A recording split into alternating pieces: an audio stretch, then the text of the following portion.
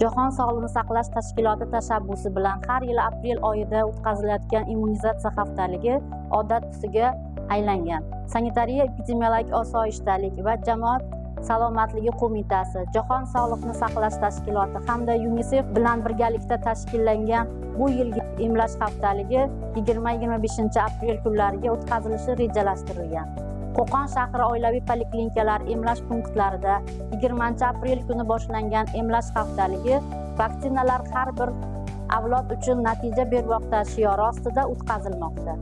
Emlash haftaligi davomida emlash tahlillariga ko'ra turli sabablar bilan emlanmagan, ya'ni kasallik tufayli tibbiy cheklovga tushgan yoki emlashdan bosh tortgan, hududga yangi ko'chib kelgan aholilarni emlash ishlaridan xabardor etilib, 13 turdagi yuqumli kasalliklarga qarshi emlash ishlarini o'tkazish rejalashtirilgan. Shuningdek, o'tkazilayotgan emlash haftasi davomida qizamiq kasalligiga qarshi shu kungacha emlanmagan va bir marta emlash bilan qolgan aholini ham qizamiqqa qarshi emlash ishlarini o'tkazish ko'zda tutilgan. Hurmatli ota-onalar, emlash nafaqat o'zingizni, balki atrofdagilarni ham himoya qiladi.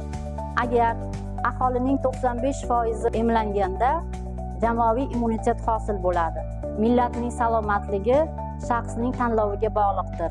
Yuqumli kasalliklarga qarshi emlash ishlari oilaviy poliklinikalarni emlash punktlarida bepul amalga oshiriladi.